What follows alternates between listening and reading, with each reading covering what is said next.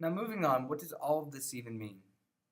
Even though I tried to express pitches, melodies, harmonies, and everything at the most basic level that I could, I would never throw all that information at a beginning or intermediate level student.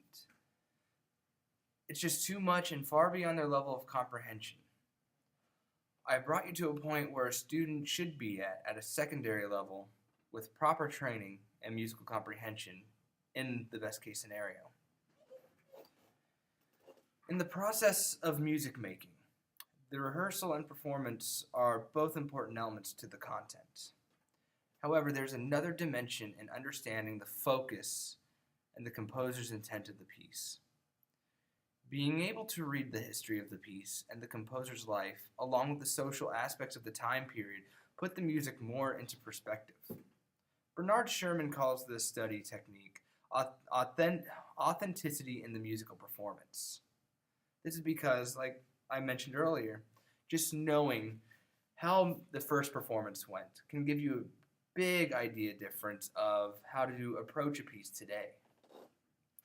I'm currently studying a piece of music called the acrostic song from the opera Final Alice by David Del Tredici. It's a beautiful piece. Allow me to play you a little bit of an excerpt.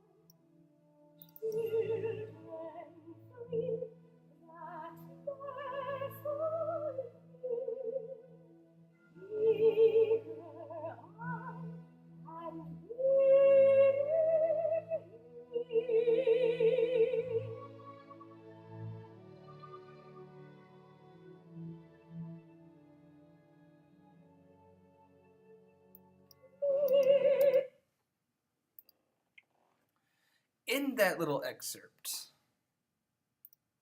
little excerpt, I certainly heard different cadences that we talked about, the little deceptive 5/6 cadence that left you feeling with that emptiness. That's how the composer really goes around trying to keep the music moving a little forward without letting it end. But anyway, looking besides just the theoretical standpoint of that, in my own personal research of this piece, it turns out the text is Lewis Carroll's poem A Boat Beneath the Sunny Sky.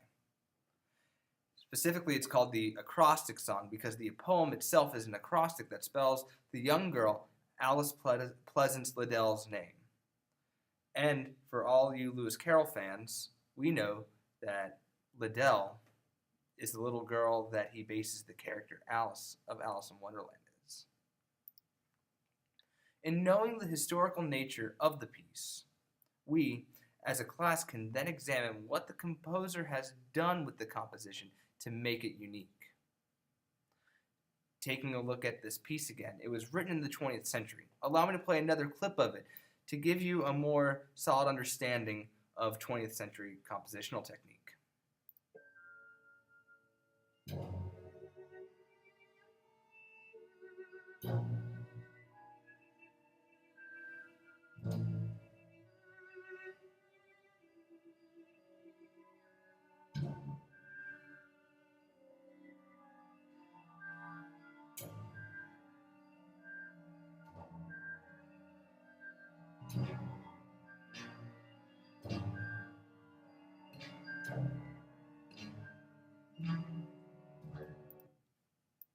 Very unsettling.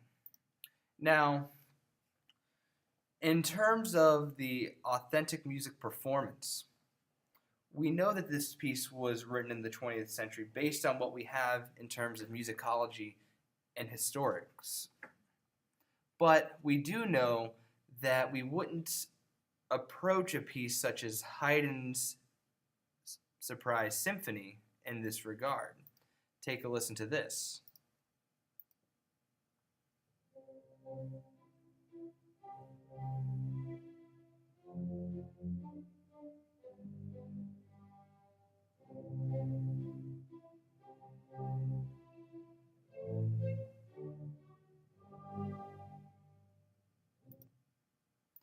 And on the same token, we wouldn't approach it the same way as we would Wagner's Tristan und Isolde.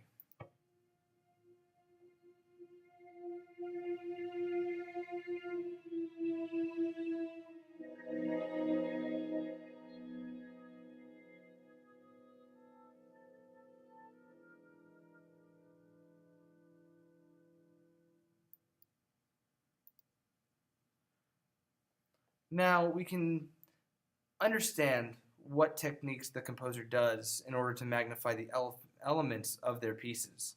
We can also ask, what form is this piece in? What form was the original poem that Carroll was trying to identify, and how that form relates to the music? These are just some of the underlying questions that we ask as musicians in academia. My goal for being an educator is going out and teaching students to have that fire to want to know the history. And all that comes with is having the understanding musically from the foundations that we discussed earlier in this video series. From there, we can extrapolate and fine-tune and get into the more nitty-gritty of the history and how that relates to the piece. If there are any questions that you have revolving this entire lecture, please ask me. I'd be willing to help in any way possible. I hope that this works in terms of where we are in terms of literacy and how music relates to that. Have a good day.